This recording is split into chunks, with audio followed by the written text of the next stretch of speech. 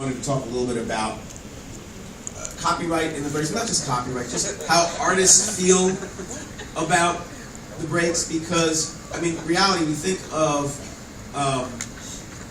when we think about a break like Funky Drummer, we think, oh, James Brown, he's been sampled, is James Brown getting paid? But in actuality, it's like Clyde Stubblefield, the drummer, who's playing over and over and over in our heads for 25 years.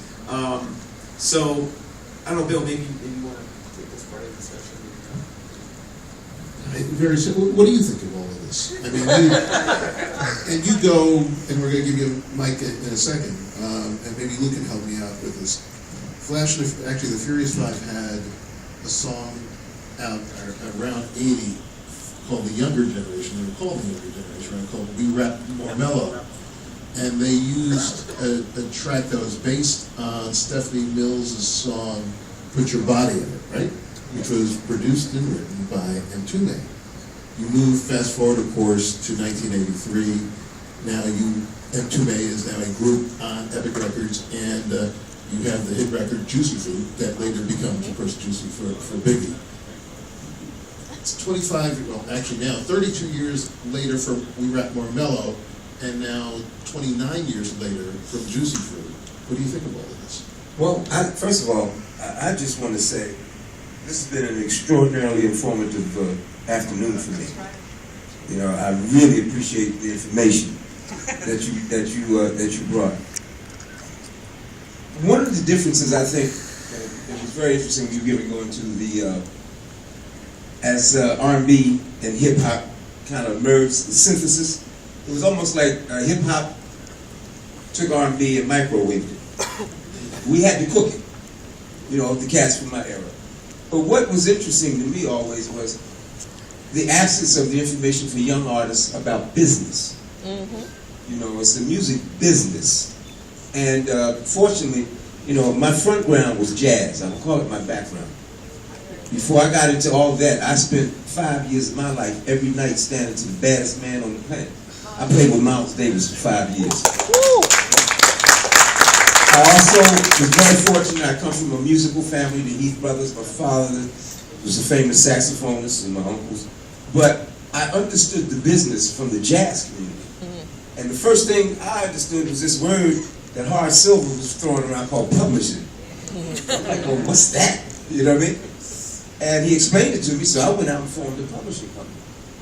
And what I understood about owning your music, see, it's the difference between people recording your music, it's about who owns it. So I will say this, I'll never forget when Puffy gave, it's a sampling, actually Juicy wasn't the first song. I think Jay-Z did one of my songs called Coming of Age. He used it, the sample from a thing I did for a trumpet player named Eddie Henson called Inside You. But my deals, what I was doing, cutting my deals for when the sampling, look, first of all, we could never imagine that. How can I imagine being able to sample? There was no mantra for that. So there was no laws either. So a lot of the records in the beginning, James Brown should have had $1 zillion. But nobody, it was something, it's like when HBO was first created, nobody knew what cable was. This is like, okay, you're thinking outside the box. So one thing rule I made was, if you get $1, I get 50 cents. So I made 50% on everything that anybody ever sampled on me. And 50% of the people who sampled the sample of the sample of the sample. It's about the business, but the most important thing is it's about your craft.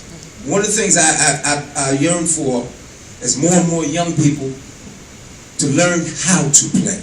Sampling is important, but I call it a tool for creativity. It should never be a substitute for it. Because the more information you have, the broader range you have to draw from. And one of the problems that did start to happen was the glorification of mediocrity. I'm very serious about this. Music, as you will see, I'm feeling all this. And I want to end it with this, because I can't talk about sampling, because there was a big controversy that happened. I want to clear that up, because Nelson's right here. I was accused of being the dark angel of sampling, like I was tearing it up. All this is not true. Let me tell you what actually happened. That's what I'm going to tell you. That's the something. Y'all remember the song Talking All That Jazz? That was about me. Here's what happened.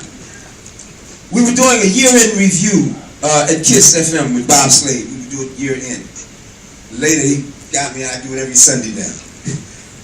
But we were talking about the things that we were most impressed with. And on the panel, I was on there, Nelson was on the panel, and I said the deepest thing that hit me musically was this song I heard called Bring the Noise. And it's funny, you played it. Sonically, I couldn't figure out, and I'm a well-studied musician. I'm like, how are these guys playing in all these tonal centers? It was a new sound. It was something I'd never heard. I actually pulled my car over. Anyway, make a long story short, we got into the conversation of sampling. And this is what I said. Sampling should be a tool for creativity, not a substitute for it. And I said, if you're going to sample somebody's music, pay them. Amen. Since my point was, and trust me, most of the cats early on were not getting a dime. I remember Lonnie Liston Smith calling me when he was glad they sampled it. I said, what? You gotta get paid. Because my thing, it would be just as unfair for me to take Biggie's rap and put it on one of my songs and call it my song. There you go.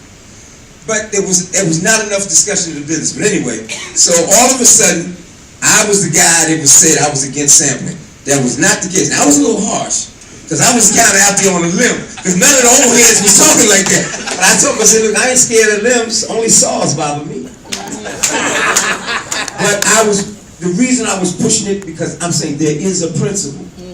And you can't pass it on. Look, I'll be out, I'm 65. I told him, okay? I hadn't been to a seminar in 20-something years. I didn't even know you still had it. But on a serious note, one of the biggest problems is the absence of information from my generation to yours. You see, one of the things I say, if you have all age with no youth, your glass is half full. All youth with no age, your glass is half empty. Right now, we got half a glass of music. We need to make that whole. And I'm just going to say that. I don't want to go long. You know how old people go, they talk too much. I'll be available for anything that y'all doing. Anytime I have a chance to talk to young people, I'm down.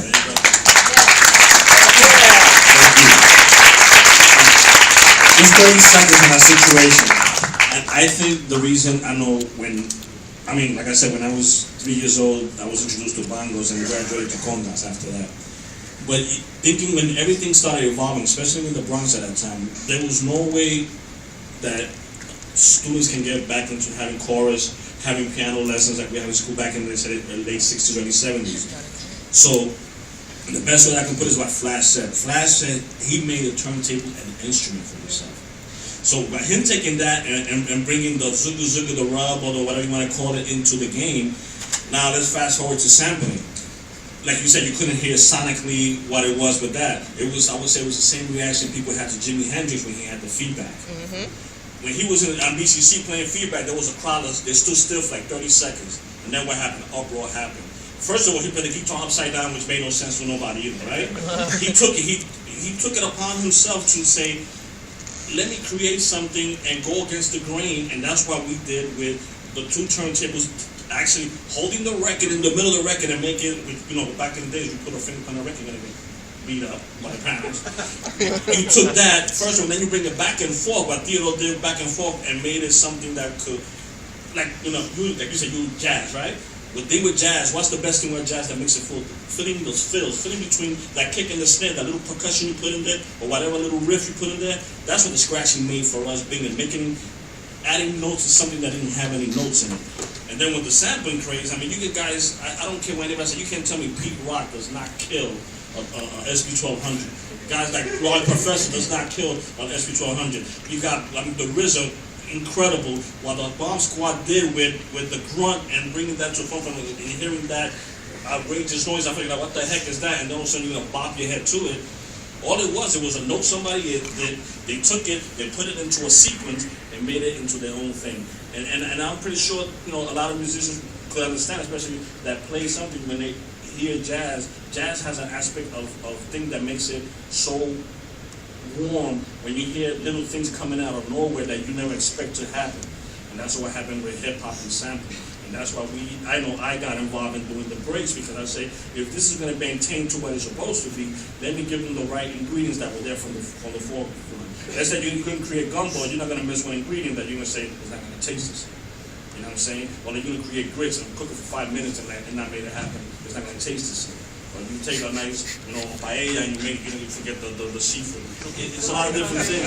You gotta make sure that you have all the ingredients. It's a perfect example. Like Run DMC was created, what happened to Jam Master Jay? Jam Master Jay was there from the beginning. Well, corporate America said, nah, this doesn't look good because he's not doing anything. Well, he's not doing anything. I just want to say this in response to that. I agree with 100% because as I grew, I began to understand it because, there was a big division, between R&B and funk and hip-hop. It was actually the same thing, it was just different shades of the same blues. But my concern was and always will be, you must master technology. Don't let the technology master you. And we got to the point where you don't have to know how to sing. I had a problem with that. Okay? Because there's something about the middle deal, all those tools and all that. Oh, exactly. And I'm for the technology. Because in reality, when we were going into the synthesizer, I was using all that. So, I'm sure when we had the string sounds, there's a lot of violin players that had attitude. We didn't have to hire a whole lot. But there's a difference when I'm listening to 36 strings, and it means a difference. 100%. Yeah. 100%. That's the reason why it doesn't sound good when you try to duplicate, let's say, for instance, a James Brown actual feel of a record, and you can sample the whole thing, the grittiness of the whole vinyl. I want to talk to you after this. Oh, no. I want to not challenge. I would like to collaborate with you. I got a lot of stuff from Miles Davis when we were on the corner period. So let's get some let's get some final thoughts from Brian, and then we're gonna roll out with a little special treat I made for y'all, and then please do stay for, I think Questlove is coming up next. It's the first time I've ever opened up for Questlove, so very nice. I actually, more than anything, I have a question that I wanted to ask before, which is kind of the generational thing, because we have a lot of really interesting people from all generations here.